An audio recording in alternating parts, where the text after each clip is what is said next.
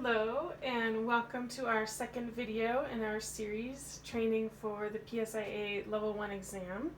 So today we're going to talk briefly about the 5 fundamentals and the skills concept.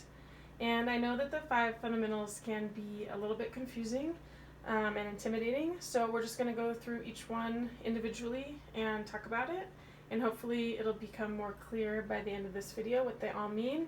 And the skills concept is really a nice complement to the 5 fundamentals.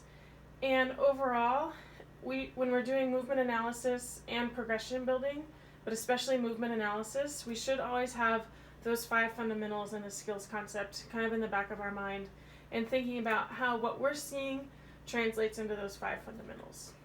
Okay, so the first fundamental we're going to talk about is control the rotation, turning, pivoting, and steering of our skis with leg rotation separate from the upper body. And remember, for our purposes in skiing, our hips are part of our upper body. So what we're really talking about here is the twisting of our femur in our hip socket to create that rotary. And this is something rotary that we talk about a lot, especially in the level 1 and when we're teaching our students and athletes who are new to skiing. We're really focused on rotary. When we go from parallel skis into a wedge, this is rotary, right? When we go from a wedge into a wedge Christie, this is also rotary here. And when we make our first turns, this steering is happening through rotary. My hips are staying stable and my femur is twisting in my hip socket. And I'm just adding a little bit of steering to make those turns happen. So hopefully that one makes sense. The next fundamental that we're going to talk about is controlling edge angles through a combination of inclination and angulation. And when we talk about inclination versus angulation, what we mean is inclination versus angulation. When I ski, I can create angles through my ankles by tipping my ankles, a little bit through my knees, even though it's a joint that normally moves like this, and then of course in my hips. Make it so I don't tip over. So I'm creating angles through a combination of angulation and inclination. Okay, so that's our second fundamental. A lot of times with beginner skiers, we see them creating a higher edge angle through a lot of inclination and very little angulation. And that's where you see someone really tipping into the hill and losing pressure to that outside ski. So what we really want is for them to be able to control those angles with a combination, of course, of angulation and inclination. Okay, so the third fundamental we're going to talk about is control pressure from ski to ski and direct pressure toward the outside ski. So we all know that when we're skiing, our outside ski is the one that's really controlling our turning forces for that turn. And then of course, as we change direction, it becomes our old inside ski, our new outside ski. So if I'm well balanced over my skis and I have similar flex in my ankles, knees, and hips, and I've initiated my turn through rotary of my femur separate from my upper body, I will naturally be pulled over that outside ski, and I'll be able to direct pressure towards the outside ski. So this one kind of goes hand in hand with the second fundamental, of course. When you're watching someone come down the hill and they're really leaning into the hill away from their outside ski, we know that they're not able to direct pressure towards the outside ski, and they're not controlling pressure ski to ski. You can think of it too kind of like when we do a stork turn, where you are in the fall line on 2 skis. As you come across the fall line, you actually lift the tail of your inside ski.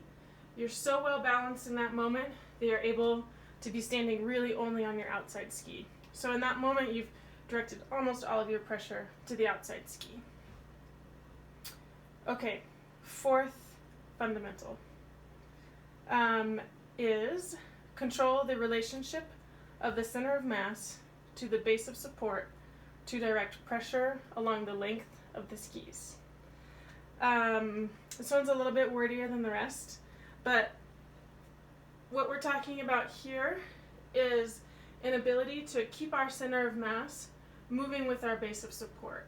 And for us, while we're skiing, of course, our base of support is our skis. So if we're thinking about someone in a wedge turn, and they have similar flex in their ankles, knees, and their hips, as they turn, they're able to keep their center of mass moving with their skis as they're turning, versus someone who's maybe has open ankles, overflexed knees, and open hips. As they turn, their base of support is going away, and their center of mass is getting farther and farther aft. So again, we see this a lot in our teaching and training. When you see someone coming down the hill, they have really open ankles, really flexed knees, and open in the hips. They're not able to control the relationship of their center of mass to the base of support and direct pressure along the length of the skis. So, yeah. Okay, last fundamental, regulate the magnitude of pressure created through ski-snow interaction. So this one we can think of with our basic flexion extension move that we use when we're doing a basic parallel turn. So I'm here, I've just finished my right footer, and I'd like to go left and go right and do a left footer. So I'm going to open my ankles, my knees, and a little bit my hips, and lighten my skis so that they're flat, easier to pivot, and I can change direction and make my left footer. We have other ways, of course, of controlling or regulating the magnitude of pressure created through ski-snow contact. We can absorb, like when we do a retraction extension turn, or when we're skiing in the moguls. If this is a mogul right here, I'm coming through, I'm sucking my legs up to lighten my skis so that I can change direction and come down and make another turn. I also kind of think of this fundamental as a combination of all of the other fundamentals.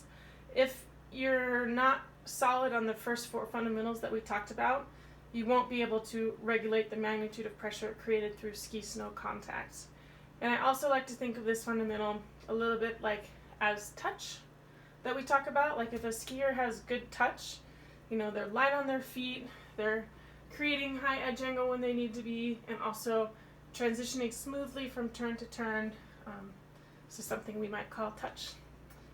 Maybe a little sexier than regulate the magnitude of pressure created through ski-snow contact. Okay, now the skills concept is only 3 skills, and we talk about them all the time. So it's rotary, edging, and pressure. So a little bit simpler. It's basically the 5 fundamentals broken down into those 3 skills.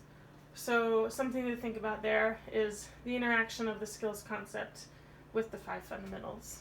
So hopefully this clears those up a little bit. The next video that we're going to be doing is talking about movement analysis. So hopefully these 5 fundamentals will really be able to inform your eye as you're watching people come down the hill, and will make it a little bit easier to see what's going on and to understand the relationship between what their skis are doing, what their body is doing to cause that to happen, and then how we might prescribe some drills, technique changes, tactic changes to help this person be a more awesome skier. Okay, if you have any questions, let me know. You can shoot me an email or a text or find me on the hill. We will be doing training again on Friday, and I look forward to seeing you all then. Okay, thanks so much for watching. I really appreciate it. Bye.